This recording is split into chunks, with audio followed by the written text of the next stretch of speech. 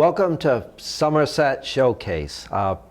Today we are coming to you from the Somerset Police Station, where we are going to talk to new Somerset Police Chief Todd Costa.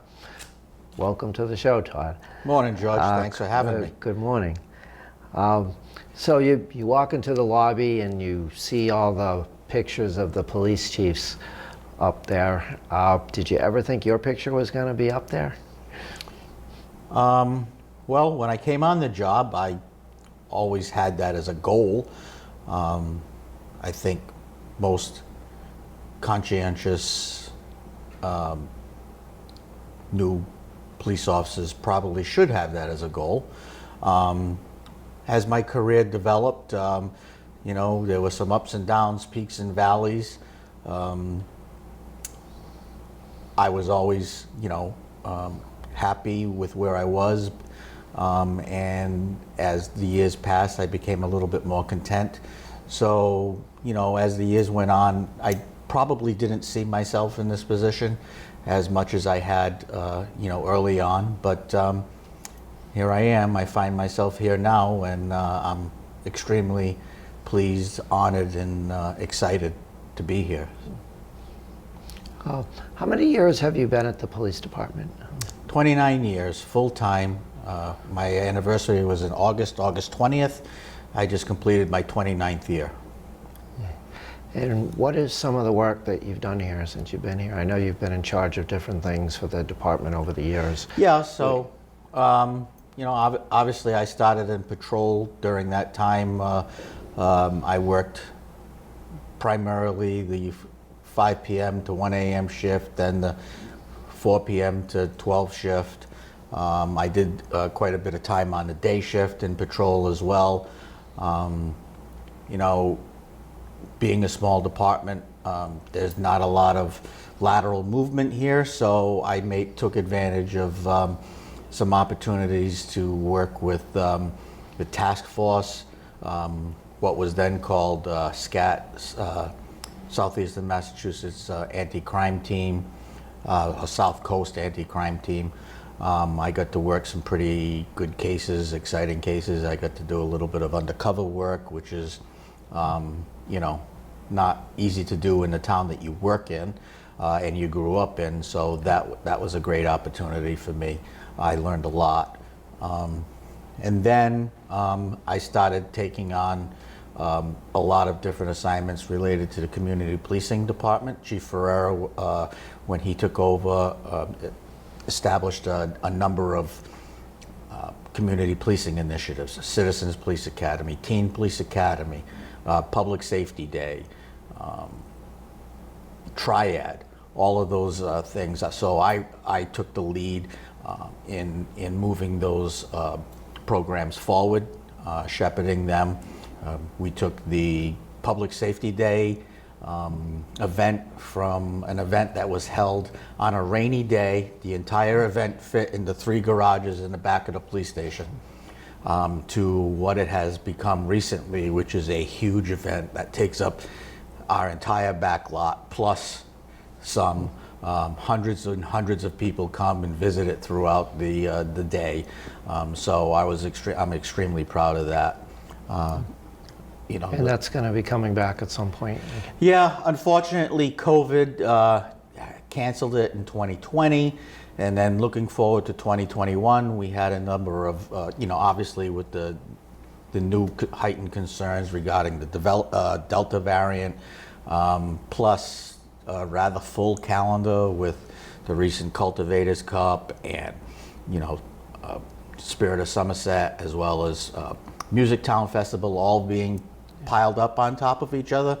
We're looking to do that in the spring or early summer, so that it can spread out some of these events. People have more, we can spread out the public events throughout the year, and it's not all so condensed. I'm hoping the weather cooperates. We initially chose the fall because the weather is traditionally better, but I'm hoping that we'll have a great weather day, and we're looking to do it sometime in June of 2022. Okay, I'll be looking for it then. Yeah, I'm excited. What would be some of the bigger cases you've been involved in over the years with the police department? Well, there's one, I mean, that stands out in my mind and, has gotten quite a bit of notoriety. And that case was back in 1999. I stopped a car that was traveling through the center of town, and it ultimately led to the discovery of 4 human hands, which belonged to some murder victims in the city of Providence.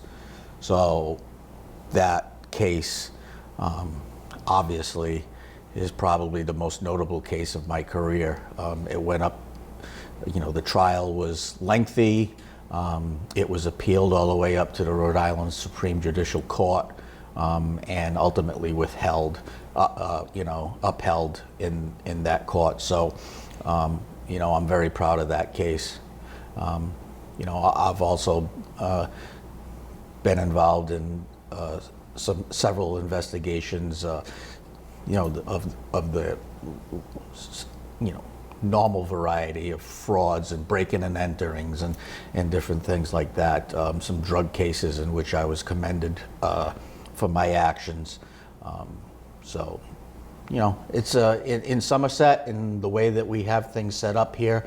You have the opportunity to work a number of different cases. If you're willing, you can, follow your investigations. If you have a fraud case or something like that, we allow our offices, and traditionally have allowed our offices to follow those cases all the way through to completion. Whereas in some other departments, other communities, where their call volume is much higher, patrol officers have to, basically serve as the input. They're going from call to call to call, just basically putting calls into the systems, and then they're sent out to different divisions that have the ability and the time to investigate that. In Somerset, we're fortunate that although our call volume has increased significantly over the years, we still have the opportunity to allow our patrol officers to, be the initial prime investigators, and if possible, carry that all the way through to the end. What is it like being a police officer in a small town where you grew up, and you graduated from Somerset High School in what year are you? 1985. Okay. Yep. Long time ago. Some of our officers weren't even born yet. So obviously you know a lot of people around town. Yeah. Can that be a benefit? It's definitely a benefit. Yeah. It's definitely a benefit. That's why whenever possible, we try to hire officers that are local. Listen, the whole thing about this job is trust and building a rapport. So, when you know somebody from childhood, or when you know somebody from, growing up in the community, going to school with them, or, your kids are in the same schools, and you develop that relationship, that trust is obviously there. So, I can see that just up until recently when I was promoted to the position of chief. I got texts and cards and congratulatory remarks from people that I hadn't heard from in years, but that I've worked with on a case, or that I may have grown up with, neighbors. The outpouring of support was just tremendous, and I think that's a great thing for the organization, because now these people knew me. I'm now the face of the department. I think that helps the department. So it's definitely easier, I think. A lot of people would say it was difficult, but even when I when I was on the streets, and unfortunately you would deal with somebody that you knew, I always used that as another tool to do my job. If I bumped into somebody that was having a bad day that I may have known growing up, to me, I could make it less adversarial. Hey, it's more of a friendly face rather than just a police officer showing up. So I've always found it to be very helpful, and certainly not something that I've had difficulty dealing with. If you treat people fairly, you can walk anywhere in this town, and that's always been my thing. I've never been afraid to, go in and sit down at a restaurant, or if I wanted to stop at one of the local, bars to have a beer after work or something. It was never a problem, because you always try to treat people fairly, and people realize that, and you don't have that anger back at you, or you don't have that adversarial relationship. So I saw you at the Somerset Grill over the weekend, so I know that. one of our favorite places to eat, shop and eat local. And kind of playing into that too, as far as your relationship with the community. I remember you used to run the Citizens Police Academy for a while too, right? Yes, yep. So that's something that we don't run on a regular basis. We try to run it every 2 or 3 years. It's an expensive program to run, so we like to have a lot of participation. If you run it the classes too close, the participation level tends to fall off. We're due to have another one, again, with the COVID restrictions and such. It's not the ideal time to do it, but we're thinking about doing one this winter, actually. So keep an eye out for that, if that's something that you're interested in doing. How did you start out in police work? How did you decide to become a police officer? It's a funny, I don't know if it's a funny story, but I was always interested in government, politics. I started out at the former SMU, now UMass Dartmouth, as a political science major. Politics had always fascinated me, and I thought that I wanted to do something working in the government.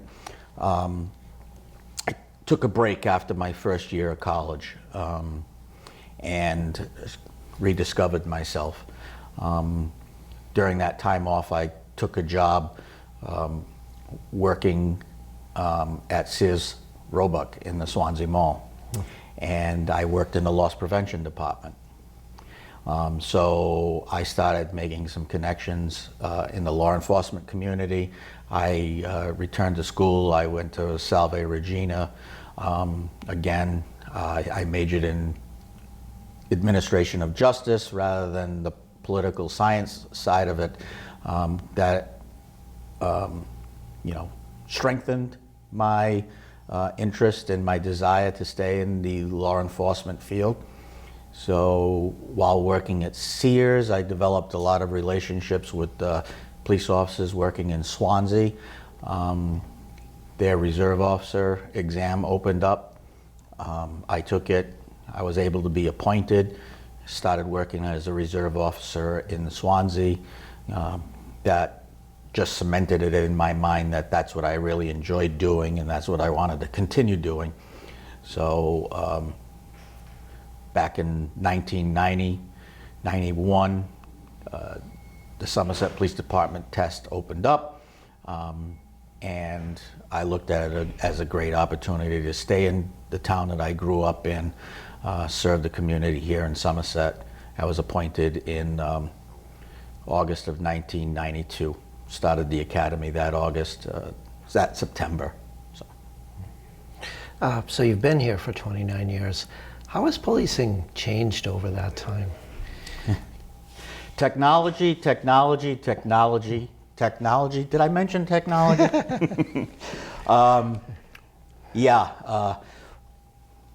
Depending on where you were, Somerset was a little bit ahead of the curve as far as computerization and police work. I remember the first day I walked in here, I got the tour of the station. We had a big giant mainframe computer that took up a whole section of the dispatch area. But when I had worked in Swansea prior to that, computerization was, virtually non-existent. That was, the late 80s. Everything was done with punch cards and different cards, and your reports were either typed out on a typewriter or, handwritten. Even when we came here, the vast majority of our reports were still handwritten. You know, your basic nuisance reports or your B&Es and different things like that were, you know, were handwritten. We had a little, again, I'll probably date myself, or, you know, very few people will even understand what I say when I said we had a little 386 computer sitting in the corner, IBM computer sitting in the corner, that we typed out our more serious reports that, you know, we wanted to use a word processing program for to, spiffing up our reports, make sure that the spelling errors and all of that weren't in there. So we had a little word processing program on our 386 computer, and we typed up a little template, and that's how we typed our reports. Nowadays, you can't even get into the building without, you know, some type of electronics. So the security in the building is all electronic. Obviously, all of our reports are all electronic. Our cruisers are completely computerized.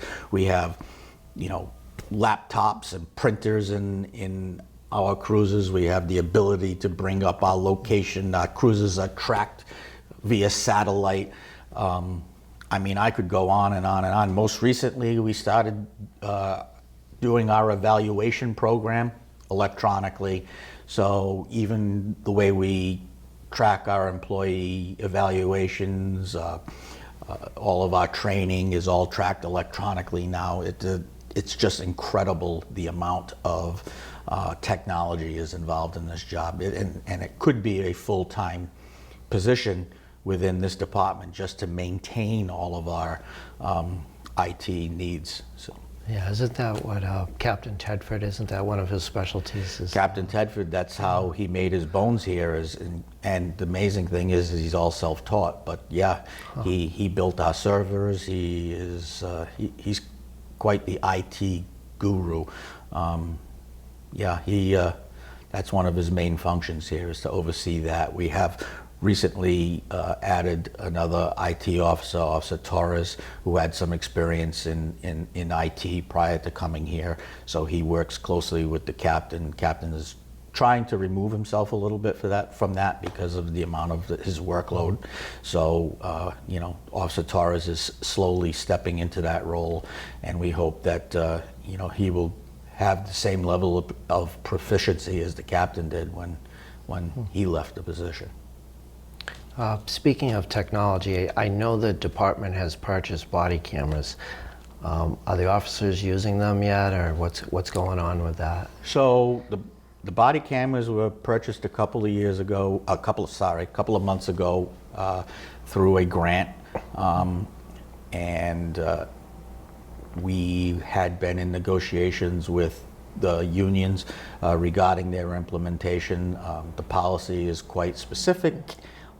There were a lot of different things that needed to be hashed out, and the concerns of the patrolmen's and supervisors' unions were very valid.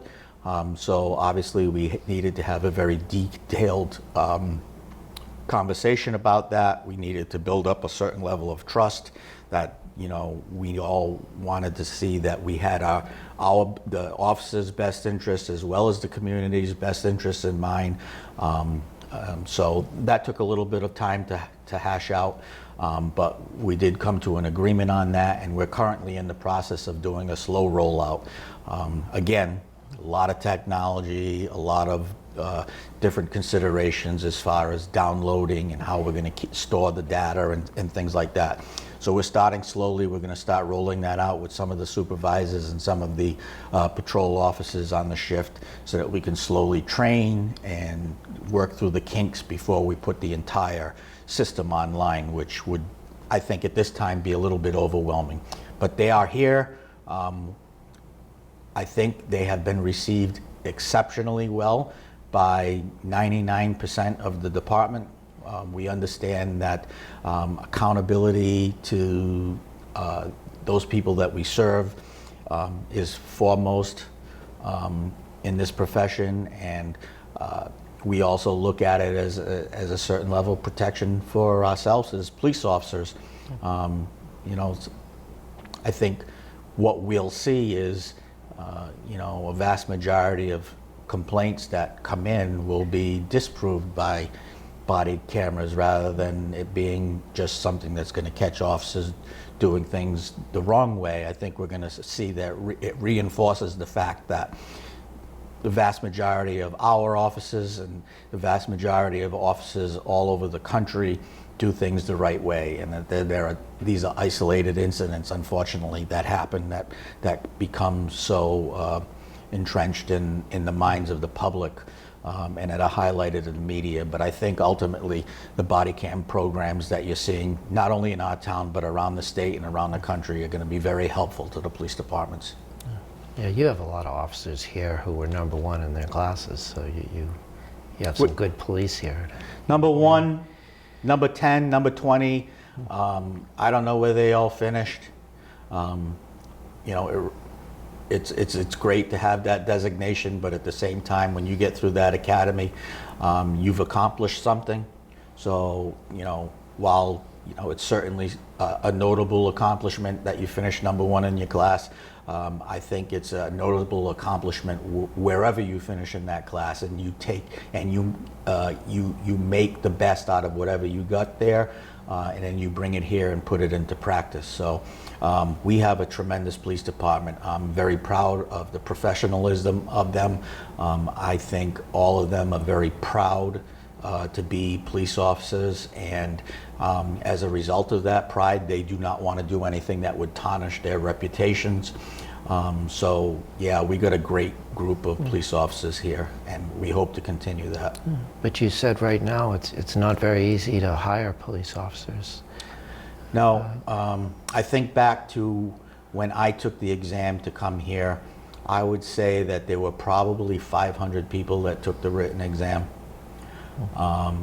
And our most recent test, we tested 31 candidates. Why is that happening? Well, obviously the climate that we're experiencing right now is, there is a slight bias against police officers. I think it's played out in the media quite a bit. Locally, I don't see that. I see our police department being very well respected, tremendously well supported by our residents in Somerset. But that perception is out there, and it's a difficult job. Again, accountability. There is a certain level of disrespect, especially in some communities, larger communities. Officers are dealing with a lot of issues of just plain disrespect, and that can be demoralizing, especially when you're laying your life out, you know, out there. You know, so overall, I think that's affecting our ability to recruit. We're seeing that around, and for the amount of money that you're making to put up with some of the type of things that you have to put up with, it can be a little discouraging, and I think that's starting to play itself out in our recruiting aspect. Nobody wants to see themselves coming into a job like this and then potentially facing, you know, criminal charges for, you know, or criminal review for doing their job. And basically that happens anytime there's a use of force. You know, you have to be on the top of your game, knowing what you're doing and how to, you know, implement that. So, you know, it takes a certain type of person with a certain level of confidence in us, and to want to get into this and not have all those fears. You know, you can be here today working and gone tomorrow. You know, so it's not easy. Fortunately, you know, despite the difficulties, we've been able to get some pretty good candidates in the pipeline. We just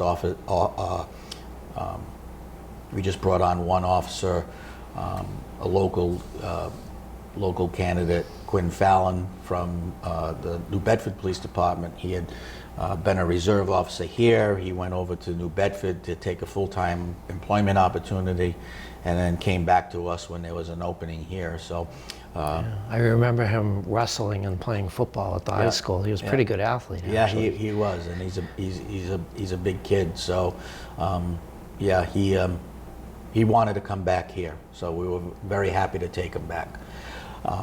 So we got a couple of vacancies right now in the department that we're in the process of filling. I think as soon as the process is complete, we should be able to name a couple of candidates, and it's looking like they're going to be some good candidates for the town, so, and the department. So I'm excited about that, despite the fact that it's been difficult. It really has.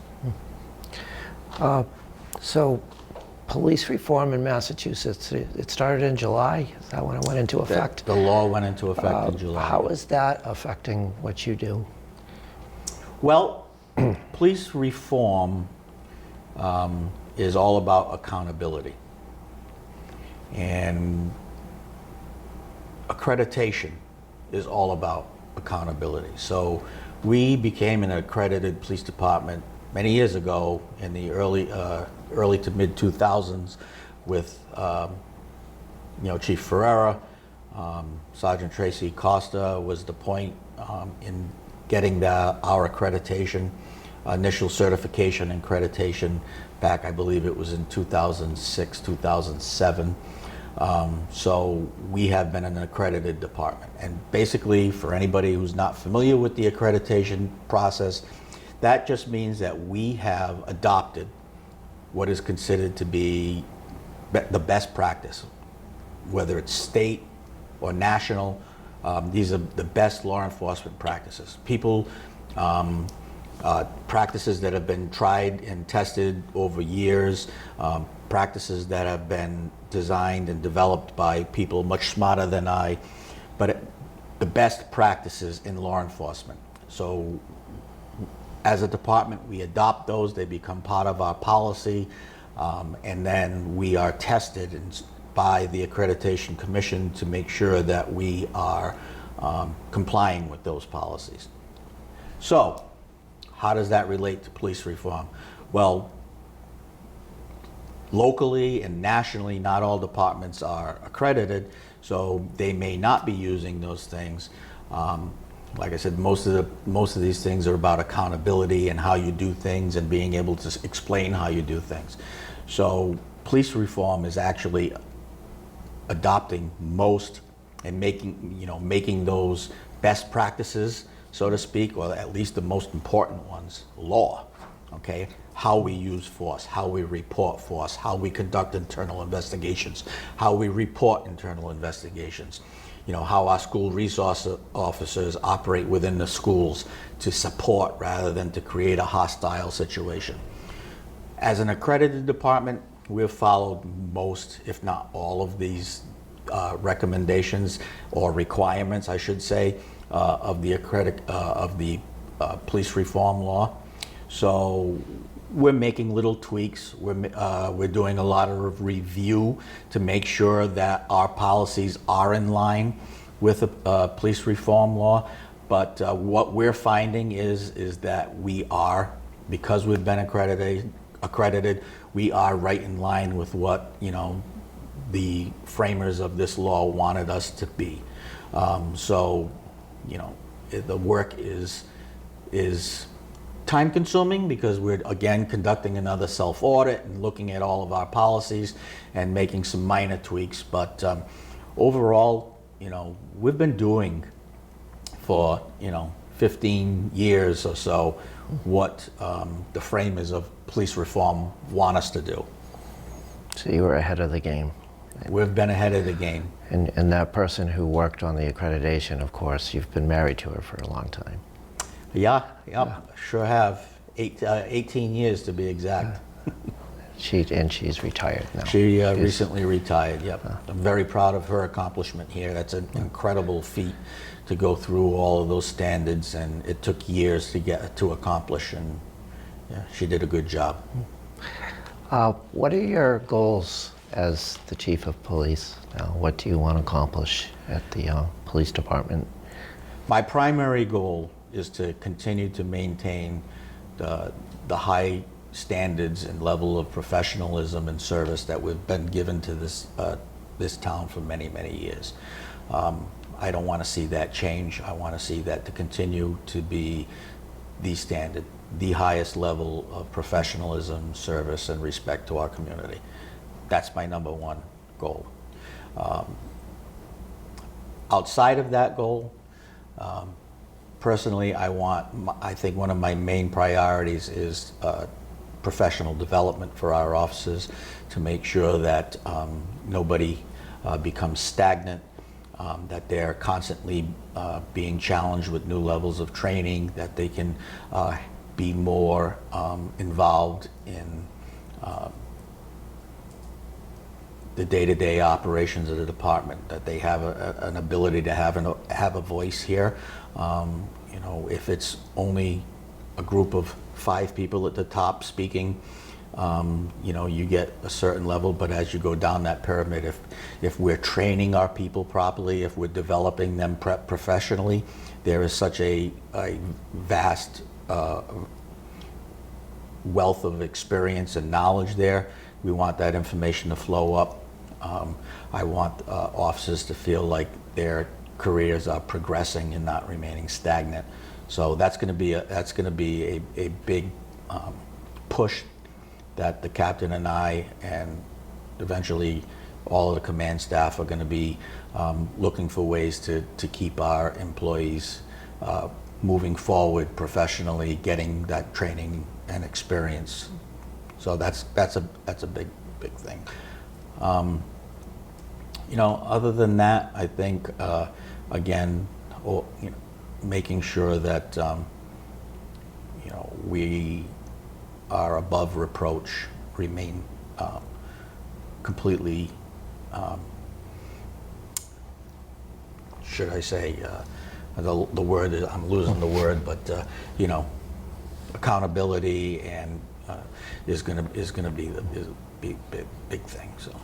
Okay. What are the most common crimes that we see in Somerset? Well, we see a lot of property crimes, breaking and enterings into vehicles, some larcenies, a lot of domestic disturbances, unfortunately. What we're seeing now, and is, you know, a very serious problem, are mental health issues. A lot of the time that we spend dealing with those and getting people help, be it for, you know, substance abuse or, you know, mental health issues, that we get quite a few calls for that. During the pandemic, it was a deluge of fraud type cases. Again, technology is a great thing, but for every great thing there are drawbacks, and you know, criminals nowadays are very sophisticated in their ability to manipulate this technology for bad purposes. So we see quite a few scams, we see quite a few frauds. Unemployment fraud was huge during the pandemic, when all of the unemployment assistance was available. I couldn't even venture to tell you how many reports, but it was in the hundreds of wow. People whose identities were used to gain access to the unemployment system. So yeah, frauds, electronic crimes are very big and a very time-consuming element. You know, the scourge of addiction is still out there, so you know, you still see those related crimes as far as, you know, larcenies and shopliftings and different things like that. But I would say one of the biggest things that we're dealing with is quote unquote the white collar stuff, as far as, you know, frauds and scams. And you have a new member of the police department who's working in the schools with one of your school resource officer. I know Raider has been a big hit around town so far. Puppy dogs and kitty cats. I mean, who doesn't like them, right? So yeah, Raider joined our department a couple of weeks ago.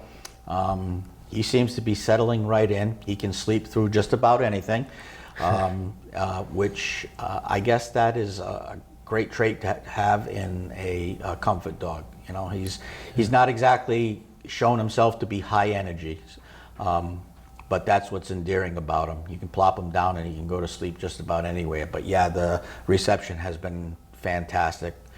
Like I said, who doesn't love a puppy or a kitty? So I know your wife's a big dog lover. I see her pictures on Facebook. you name it. If it has 4 legs and fur, she's probably got one or had one at one time. But yeah. So yeah, Raider is in the schools right now as we speak. From what I understand, he's assimilating well in that environment. He started his training. You know, he's a work in progress, obviously, but he's got good genes, what I'm told. So we're expecting him to be successful in his training and, you know, eventually be able to become certified as a comfort dog. Yeah, his mother was a comfort dog too, or is a comfort dog. Or, yeah, his mother is probably his father. There's a whole lineage. He comes from, like I said, good stock. And, you know, I like anything else, when you're breeding a working dog, they breed in the best traits. And, you know, for a comfort dog, you know, you don't want a dog that is going to be hyperactive and driven. So I think that what they've done is they've calmed down that line, that particular line, and, you know, makes them a little bit more mellow. And, you know, you come into a room and just bring comfort and joy to whoever he meets. So far, I think it's working out great. I want to thank Jeff Schoonover, Superintendent of Schools, Somerset Berkeley, as well as the Somerset School District, for his support of the program. And actually, the school department is footing the bill for this. You know, so. Oh. Okay.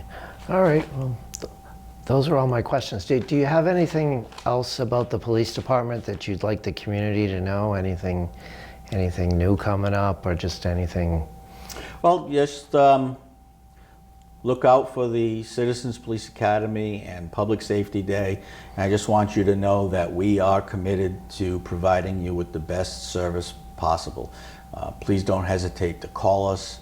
One of the worst things that I can hear as a police officer or as chief is that you didn't want to bother us with a particular problem, or you didn't want to bother us with a suspicion about something that happened. Please, we're here for you.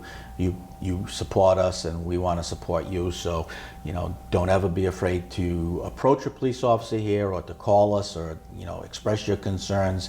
That's why we're here. So, you know, reach out to us and let us help. Okay. Thanks for coming in. Thanks, George.